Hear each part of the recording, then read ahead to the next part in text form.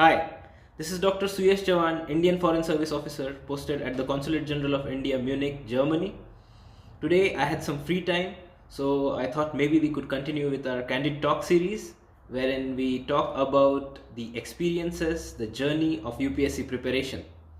Friends, this is not going to be a serious preparation video. I'm not going to talk about how to prepare for your interview. Rather, I'll be sharing some of my experiences during my interview time, during my personality test, which is the third step of UPSC preparation. So let's get started. So the video is going to be in both Hindi and English. जिस भी language में मेरे emotions ज़्यादा अच्छे से निकले वो language use करूँगा. And it could be a little long video क्योंकि मैं प्रिपेयर्ड नहीं हूँ. I will be just sharing my experience of my personality test. So friends, जब हम मेंस लिखते हैं तो I don't think anybody is so confident कि मेरा मेंस क्लियर हो ही जाएगा. तब एक डायलेमा रहता है कि whether one should prepare for the upcoming prelims जो नेक्स्ट अटेम्प्ट होता है, और one should prepare for personality test assuming that he और she would clear the mains. मेरे साथ भी यही डायलेमा था, बट मैंने ये किया कि instead of preparing for the either for prelims और फॉर पर्सनैलिटी टेस्ट, मैंने एमबीए के लिए प्रिपेयर करना स्टार्ट कर दिया. अब आप पूछेंगे कि ये क्यों? I mean this is kind of absurd, but the thing is मेरा प्लान भी जो था, I had done my MD in pharmacology and I was eyeing for research and development jobs in the pharmaceutical industry. So आप ये जो drugs लेते हैं, drugs as in medicines, medical वाले ड्रग्स, जो ड्रग्स लेते हैं तो उनका डेवलपमेंट भी डॉक्टर्स करते हैं. उन डॉक्टर्स को फार्माकोलॉजिस्ट्स कहते हैं. तो मैं भी एक फार्माकोलॉजिस्ट हूँ and I wanted to develop new drugs, say for rare diseases, for cancers, diabetes and all. तो उसकी जो अपॉर्चुनिटी होती है वो इंडिया से ज़्यादा फॉरेन कंट्रीज़ में है, फॉरेन फार्मास्यूटिकल इंडस्ट्रीज़ में. और उसमें जाने के लिए I thought I should do GMAT, higher studies from Ivy League universities. So I started preparing for GMAT. तो बहुत इंटरेस्टिंग था. मेरे जो यूपीएससी वाले फ्रेंड्स थे, they were either preparing for the personality test और फॉर द नेक्स्ट प्रीलिम्स, और मैं GMAT के MBA के क्लासेस कर रहा था उस टाइम पे. But one fine day my flatmate he message me कि मेंस का रिजल्ट आ गया है. अब उतना कॉन्फिडेंस तो था कि मेंस ठीक ठाक दिया है, हो सकता है कि मैं क्लियर कर जाऊं. बट जैसे ही पता चलता है कि लिस्ट आ गई है, तो your heart starts pounding like anything. Those are some of the toughest moments of your life. आप वो PDF खोलते हो, वो सर्च करते हो, किसी शुभचिंतक ने आपको वो PDF कोई ना कोई भेज देता है, आपके फ्रेंड्स. मेरा तो ये मानना था कि मैं खुद होके अगर मेरा रिजल्ट देखूंगा तो वो रिजल्ट अच्छा नहीं आएगा, some sort of a superstition. तो जनरली मेरे जो फ्रेंड्स हैं वही बताते थे कि भाई रिजल्ट आ गया है तो देख ले.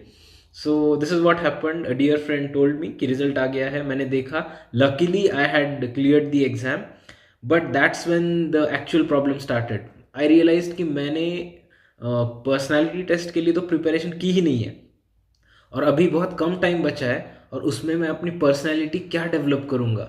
आई mean most of us in India never focus on personality development as such.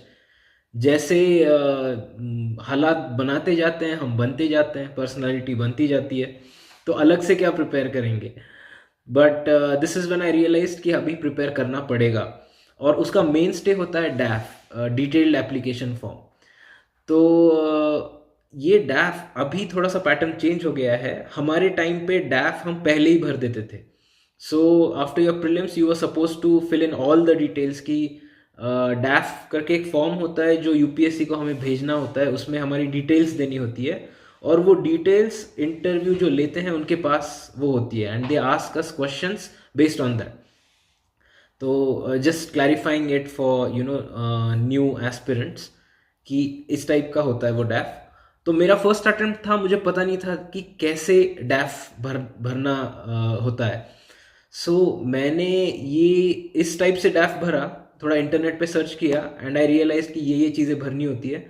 But मैंने ऐसे डैफ भरा कि मुझे इंटरव्यूअर को अभी इम्प्रेस करना है, और उस चक्कर में जो चीज़ें मैं जिन चीज़ों में मैं एक्सपर्ट भी नहीं था, I wrote everything. I mean, I was not so good at chess or table tennis and all. I play chess, table tennis, and I was a part of NCC and all. But I don't know. I don't know whether I should have written it in my DAF or not. Today retrospectively I would say कि जिन चीज़ों में आपको expertise है, जो आप honestly pursue करते आए हो बहुत दिनों से, आपको इन्फॉर्मेशन है, वो चीज़ें लिखिए. Don't write it just to impress.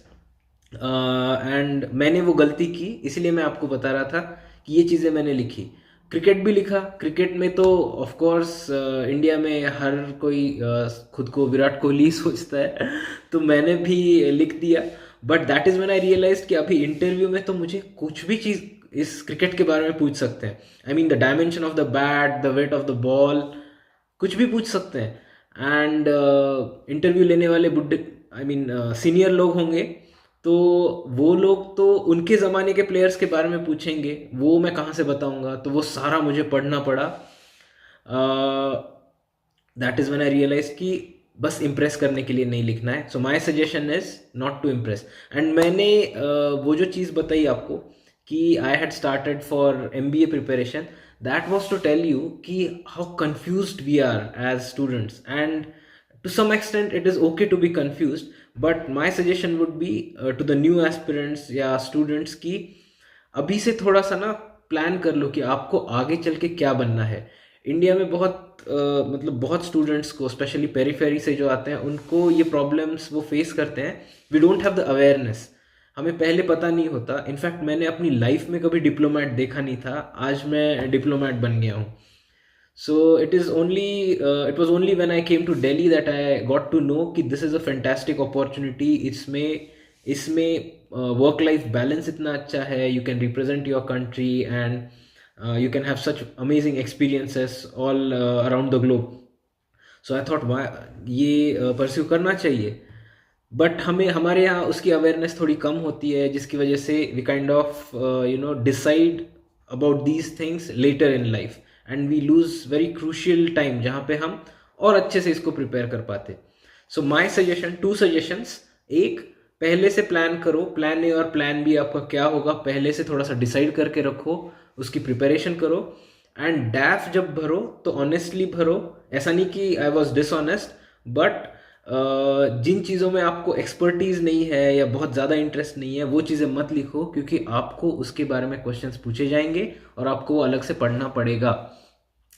सो और हॉबीज़ की जब बात आती है, अब कुछ लोगों की हॉबीज़ तो देख के ही सर चकरा जाए. I mean there were some aspirants who had written hobbies that I had never heard of. ऐसी हॉबीज़ लिखते हैं. इवन स्कीइंग या स्क्वाश या गोल्फ या पता नहीं व्हाट नॉट, ये सारी चीज़ें तो नहीं हुई थी हमारे स्कूल टाइम में, कॉलेज टाइम में, वहाँ पे था ही नहीं. स्विमिंग की बात कर लो तो पूरे शहर में एक स्विमिंग पूल होता है, उसमें कितने लोग तैरेंगे. तो वो अपॉर्चुनिटी सबको नहीं मिल पाती. नेवरदलेस, जब आप प्रिपरेशन स्टार्ट करते हो उस टाइम पे यू शुड रियलाइज कि आपको हॉबीज़ बतानी है डैफ में, तो कोई एक हॉबी पूरे साल में आप परस्यू करो. खुद को रिफ्रेश करने के लिए आपको आधा घंटा रोज का निकालना पड़ेगा. उसमें आप ऐसी चीज़ करो जो आप डैफ में भी बता पाओ. For example, if you are fond of body building और going to the gym, do it systematically, write it down in the DAF and gain information about that, ताकि आप इंटरव्यू में भी कोई अगर क्वेश्चंस उसके बारे में पूछे तो बता पाओ. और से इट्स बुक रीडिंग और cooking, anything, it could be anything, पर उसके बारे में आप ना पूरे एक साल में धीरे धीरे इंफॉर्मेशन गैदर करो. So these are my suggestions. तो ये चीज़ें हुई और मेरी पर्सनालिटी टेस्ट की प्रिपरेशन स्टार्ट हो गई. मैंने डैफ के अकॉर्डिंग ऐसे फोल्डर्स बना लिए एवरनोट में ऑनलाइन, और उसमें जो भी इंफॉर्मेशन है वो डालता गया सो दैट वो रिवीजन या याद रखने में काम आए. अब इंटरव्यू में फ्रेंड्स ऐसा होता है कि somebody asks you a question and his patience is just for a few seconds, 10 to 15 seconds at the most.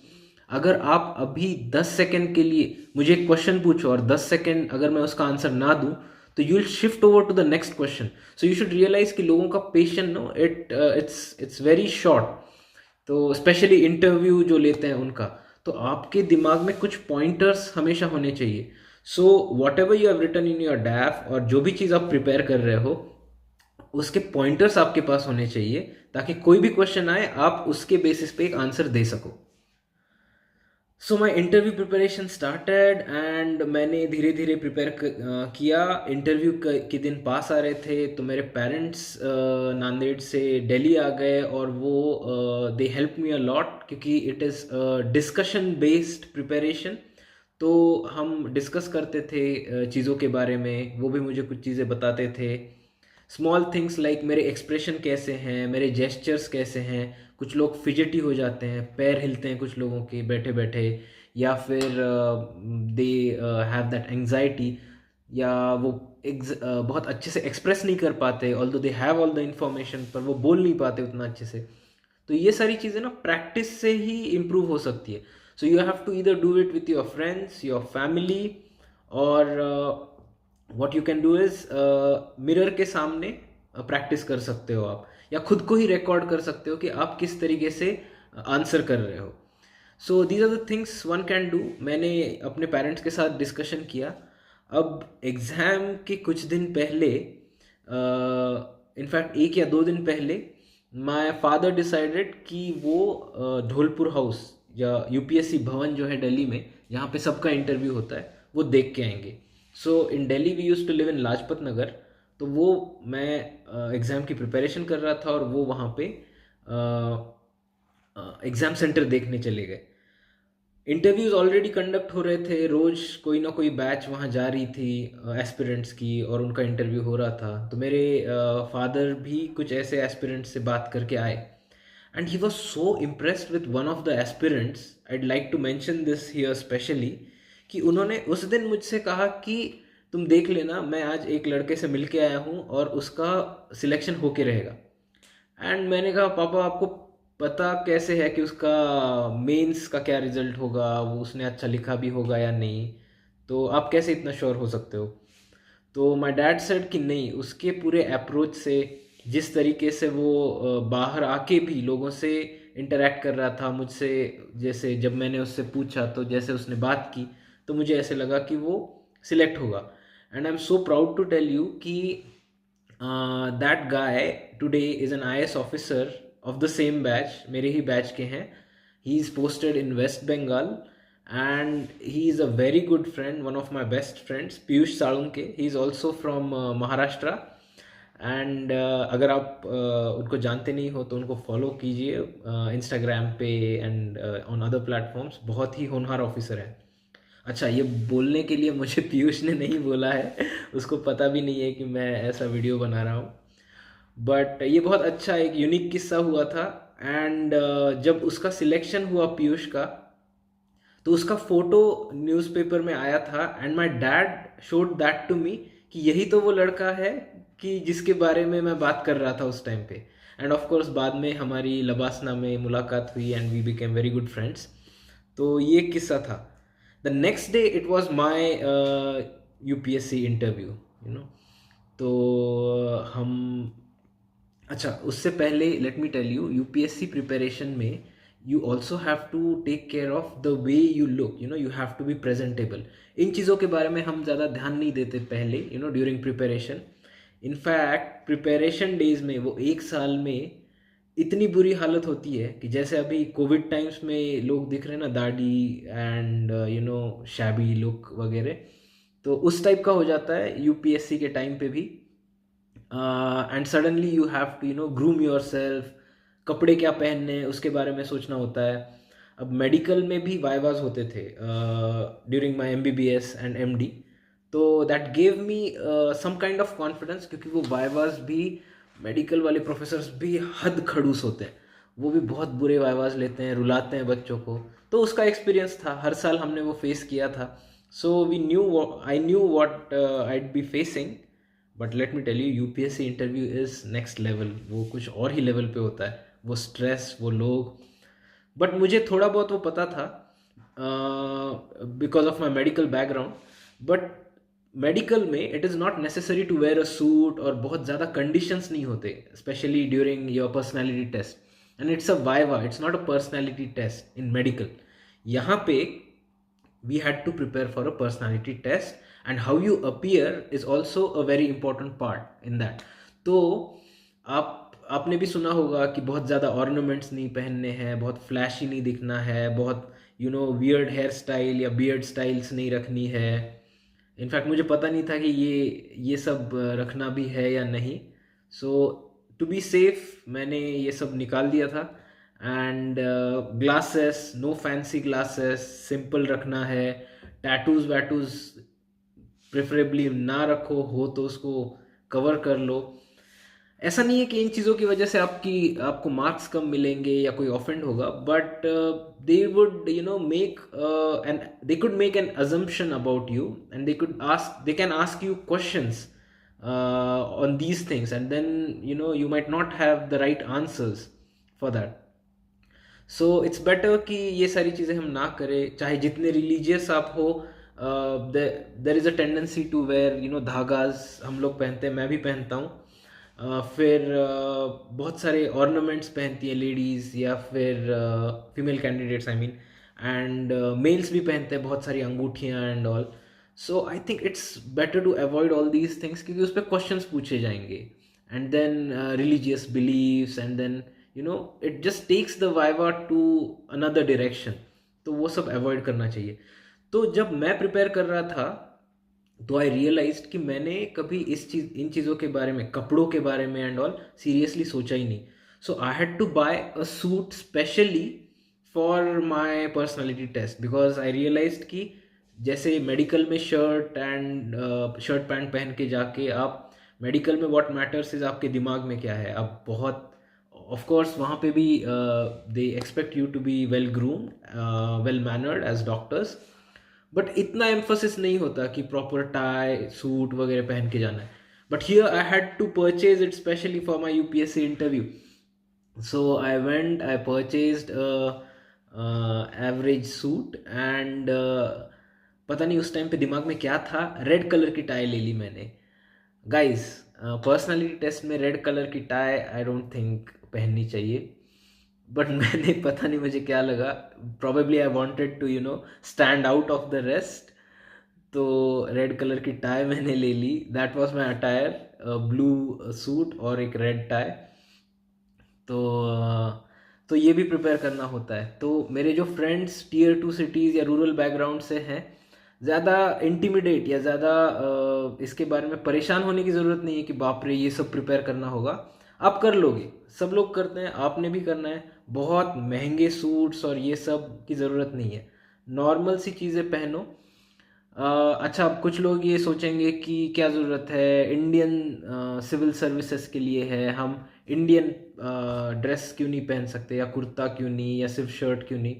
देखिए, पहनने को तो आप पहन सकते हो, एंड मुझे नहीं पता कि वो इंटरव्यूअर्स जो होंगे कैसे इस चीज़ को लेंगे, but I am just telling you the norm. ठीक है, अगर मैं इंटरव्यू ले रहा होता तो मुझे अच्छा लगता कोई अगर कुर्ता पहन के आता. I would have felt proud कि ठीक है यार, इंडियन सिविल सर्विस है तो ये इंडियन कपड़ों में आ रहा है. So that wouldn't have mattered, but अभी मैटर कर सकता है. So just adopt these things. तो ये सब था इंटरव्यू का दिन. इंटरव्यू के दिन ऑफ कोर्स टाइम से उठना, रेडी होना, प्रे करना, और फिर I went from Lajpat Nagar to that Dholpur house. ज़्यादा दूर नहीं था. आई वुडंट से कि मुझे बहुत एंग्जाइटी थी उस दिन. आई वॉज कॉन्फिडेंट इनफ कि ठीक है यार, पूछेंगे चीज़ें मैं बता दूंगा उनको, इस टाइप का थोड़ा सा कॉन्फिडेंस था. पर जैसे ही सेंटर पे पहुंचा, जैसे ही मैंने वो सारे स्टूडेंट्स देखे, एस्पिरेंट्स देखे, कुछ सीरियस, कुछ अभी भी किताबों में लगे हुए हैं, पढ़ रहे हैं, डिस्कस कर रहे हैं, जियो पॉलिटिक्स कर रहा है, कोई स्कीम्स डिस्कस कर रहे हैं.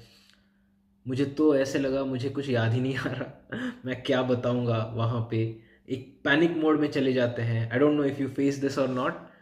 मुझे जनरली नहीं होता, बट उस दिन हो रहा था. And I asked my dad to वो जो कंपाउंड है यूपीएससी का, आप नेट पे देखो, आपको पिक्चर्स दिखेंगे, उसमें यूपीएससी ऐसे लिखा हुआ है, यूनियन पब्लिक सर्विस कमीशन, ऐसे कंपाउंड है. तो उसके साइड में जाके हम खड़े हो गए कि बाकी सब लोगों से दूर, कि वो इन्फ्लुएंस ना आए हम पे। फिर भी कोने से मैं उन लोगों को देख रहा था, बहुत some people were dressed, girls ladies dressed gracefully, sari में या फिर इंडियन ड्रेसेस में, एंड गाइज लुकिंग शार्प। तो उनको देख के ऐसे लगता है कि यार मैं compete कर भी पाऊंगा इसमें। और ये तो आज का बैच है, ऐसे कितने सारे बैचेस हैं, मुझे तो ये भी नहीं पता कि इन सारे लोगों में भी मैं स्टैंड कर पाऊंगा या नहीं। तो I mean whether I will be able to make a mark within these candidates और नॉट, लेट अलोन बाकी सारे। तो ये थोड़ा सा उस टाइम पे मन में चल रहा था। But just took a deep breath और पापा को देखा। पापा आए थे मुझे छोड़ने, बाय द वे। अब कुछ लोगों को लगेगा कि यार हम छोटे थोड़ी हैं कि पेरेंट्स आ रहे हैं, पेरेंट्स साथ में रह रहे हैं, छोड़ने आ रहे हैं। But let me tell you, ये छोटा या बड़े की बात नहीं है। इट डिपेंड्स ऑन आपको उनसे वो वाइब्स, वो स्ट्रेंथ मिलती है या नहीं। मुझे मिलती है मेरे पेरेंट्स से, और वो भी देवर सपोर्टिव इनफ टू कम। मुझे भी अच्छा लगा। पापा ने ज़्यादा कुछ नहीं बताया, वो बस उनको बस देख के मुझे लगता था कि नहीं यार, पापा का बिलीफ है ना अपने पे, तो कर लेंगे। तो वो अंदर भेजना स्टार्ट कर दिया उन्होंने। One by one they check your IDs and all. There was a long line, and जिसमें हम सारे खड़े हो गए। And one by one there was बहुत टाइट सिक्योरिटी थी। 2-3 बार आई रिमेंबर दे चेक्ड अस और अंदर छोड़ा, जो सेंट्रल हॉल होता है उसमें। We went there. जैसे जैसे आप अंदर जाते हो, वो जो टेंशन है, जो एंजाइटी है, वो थोड़ी थोड़ी बढ़नी स्टार्ट हो जाती है। So we finally went inside, and I won't go into the details of every step, but मैं आपको एक broad overview दूंगा कि किस तरीके से वो इंटरव्यू प्रोसेस हुई उस दिन। So we went inside a hall जहाँ पे हमें इंस्ट्रक्शंस दिए गए, और फिर हम एक जगह पे बैठे जहाँ पे हमारे डॉक्यूमेंट्स चेक होने थे। तो आप जब पहले डैफ भरते हो, या जब आप यूपीएससी फॉर्म भरते हो, तो you tell about your educational qualifications and all. तो उसके जो डॉक्यूमेंट्स है वो अभी चेक होते हैं इस मोमेंट पे। या अब मतलब मेरे इंटरव्यू प्रोसेस में इस तरीके से वो हुआ था। तो प्लीज़ आपके जो डिग्रीज आप बता रहे हो, उसमें कभी भी ब्लफ नहीं करना है। जो सच है वही बताना है, क्योंकि वो चेक होता है। अब इस टाइम पे मेरी एमडी ख़त्म होके बस 1 साल हुआ था। तो और दिल्ली यूनिवर्सिटी का ऐसा काम था कि वो 1 साल में डिग्री देते नहीं थे। तो मेरी एमडी की जो डिग्री थी वो मुझे मिली नहीं थी। तो मैंने उनको लिख के दिया था कि I have applied for it, and I will probably get it next year, and जब भी मिलता है आई विल सबमिट इट। तो and I had also called UPSC DOPT and उनसे कंफर्म किया था। तो बहुत से स्टूडेंट्स का ऐसा होता है। तो दे सेड कि नहीं, कोई प्रॉब्लम नहीं है। अब उस हॉल में what they do is there are boards, interview ऐसे अलग अलग बोर्ड्स होते हैं। आपको it's like a lucky draw, आप किस बोर्ड के पास जाओगे। हर बोर्ड में 5 मेंबर्स होते हैं, 5 मेंबर्स की टीम होती है जो आपका पर्सनालिटी टेस्ट या इंटरव्यू लेते हैं। तो ऐसे अलग अलग बोर्ड्स होते हैं। तो आई डोंट एग्जैक्टली रिमेंबर कितने बोर्ड्स थे हमारे टाइम पे। I think there were 6 boards, जिसमें से हम किसके पास जाएंगे ये पता नहीं था। एंड जनरली इंटरव्यू बोर्ड्स में कौन चेयरमैन होते हैं वो उसका एक आइडिया लग जाता है, वो पता होता है। क्योंकि it's a pretty transparent process. तो सबको पता होता है कि ये लोग चेयरमैन या ये लोग बोर्ड मेंबर्स हैं। सो एक उनके बारे में एक ऑरा भी क्रिएट किया जाता है, एक इंफॉर्मेशन भी बाहर आ जाती है कि this particular board member is pretty strict, this board member is lenient, this board member asks too many questions on certain aspects, this board member is left leaning, this is right leaning। इस type की चीज़ें सुनने में आती हैं। तो I would suggest ये सब इग्नोर कीजिए, आप अपनी प्रिपरेशन पे ध्यान रखना। जाके हमें जो पूछा जाए उसका बेस्ट पॉसिबल आंसर देना है, इतना हमें याद रखना है। Now we were sitting in that room, and one by one candidates were being taken inside to their respective boards, मतलब जिस बोर्ड में इंटरव्यू है वहाँ पे मैं वहाँ बैठा हुआ था. I was trying to remember all the points कि ये क्वेश्चंस पूछे जा सकते हैं, ये क्वेश्चंस हमें बताने हैं, ये आंसर्स मुझे बताने हैं. And suddenly they started asking for our documents. तो हम डॉक्यूमेंट्स, कुछ डॉक्यूमेंट्स चेक हो रहे थे, और उनमें से जिन लोगों के डॉक्यूमेंट्स चेक हो गए उनको वो अंदर ले जा रहे थे sequentially to their respective boards. Now, what happened is they told me that you will be going in like 5-10 minutes, and suddenly they asked me to come for getting my documents checked. I went there and they said कि आपका तो ऐसे चलेगा नहीं, आपकी MD आपने लिखा है कंप्लीट हो गई, आपकी डिग्री नहीं है, ऐसे तो नहीं चलेगा, आप डिस्क्वालीफाई हो जाओगे. Now just imagine, that is the most important day of my life and the most important moments of my life. इसके ऊपर मेरा पूरा करियर, मेरी पूरी लाइफ डिसाइड होने वाली है, और उस इंटरव्यू से पहले वो मुझे बोल रहे हैं कि आप डिस्क्वालीफाई होंगे. एक तो वैसे ही एंग्जाइटी, ऊपर से इन बातों की वजह से ना मला घाम फुटला, मुझे तो ना पसीने आ गए कि ये क्या बात हो रही है यार, ये तो मुझे पैनिक मोड में डाल रहे हैं अभी. बट आई टोल्ड देम कि ठीक है, मेरा पर्सनालिटी टेस्ट होने दीजिए, मैं वापस आके आपसे मिलता हूँ and I clarify all these things. चाहे जो हो, अब मैं डिग्री तो ला नहीं सकता और मुझे इंटरव्यू भी देना है, तो वो तब पैनिक करके क्या फ़ायदा ना, वन शुड बी काम. तो मैंने कहा कि अभी मुझे टेंशन मत दो, मुझे मेरा इंटरव्यू क्लियर मतलब अटेम्प्ट करने दो, then I will come back and sort whatever it is. I went inside. We were taken to another hall. There was a big round hall, central hall probably, and जहाँ पे हमें बिठाया गया, और वहाँ पे 3 लोगों को एक साथ बिठाया गया, 3-3 लोगों के ग्रुप्स में. There was a guy over there from South India, probably from Karnataka, I guess, who sensed कि मैं थोड़ा सा tensed हूँ. It was all because of that interaction, some heated arguments that had happened before. Although I tried to reason with them and I tried to keep myself calm, फिर भी उस moment पे ऐसे होता है कि it starts impacting you. I was trying to calm myself down, but there was this guy, I don't know, मैंने उस moment पे उसका ज़्यादा details या नाम वाम नहीं पूछा, but he was kind enough to उसने मुझे मेरे से बात की. तब माहौल ऐसा होता है कि 3-3 केस में भी अगर आप बैठे हुए हो, कोई किसी को डिस्टर्ब नहीं करता, सब सीरियस होते हैं, शांत होते हैं, अपने टर्न का वेट कर रहे होते हैं. ऐसे 3-3 के ग्रुप्स बैठे हुए थे, सब शांत, एकदम सीरियस माहौल. उसमें उसने, he was a jolly fellow. I didn't see him again in the during my training, so probably he didn't make it. But whoever he kind of helped me. उसने थोड़ा सा मेरे से बात की, उसकी बात मतलब वो टॉपिक चेंज हो गया, हमने कुछ जनरल बातें की, और उससे आई थिंक मुझे हेल्प मिली. मेरा नाम पुकारा गया, आई वेंट इनसाइड. तो अब माहौल ऐसा होता है कि you start walking through that corridor, you are checked once again by the security personnel. They take you and एक ऐसे राउंड सा कॉरिडोर है, और उसमें रूम्स हैं, अलग अलग रूम्स, अलग अलग हॉल्स, जिसमें वो बोर्ड्स बैठे हुए होते हैं behind of course behind close doors. और उन क्लोज डोर्स के सामने एक सीट लगाई होती है, और जो नेक्स्ट कैंडिडेट होता है वो वहाँ बैठा हुआ होता है अपनी टर्न का वेट करते हुए. So is waiting for his turn at that moment, he और शी.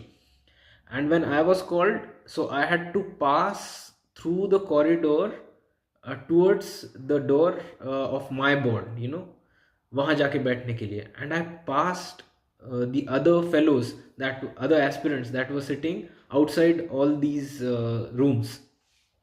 सब स्ट्रेस्ड, सब वेट कर रहे हैं, कुछ प्रे कर रहे हैं, कुछ टेंस है एकदम, और उनको पास करते हुए जा रहा हूँ, मैं उनको देख रहा हूँ और मेरा टेंशन बढ़ रहा है उससे. मैं जाके बैठ गया अपने जो बोर्ड मेरा था, जो रूम था, उसके बाहर उस कॉरिडोर में. And I was waiting for my turn.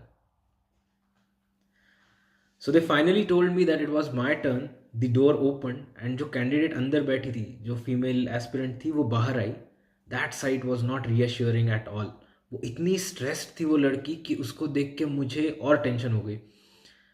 Just imagine, मैं 5-10 मिनट से वहाँ बैठा हुआ हूँ. Every minute seems like one long year.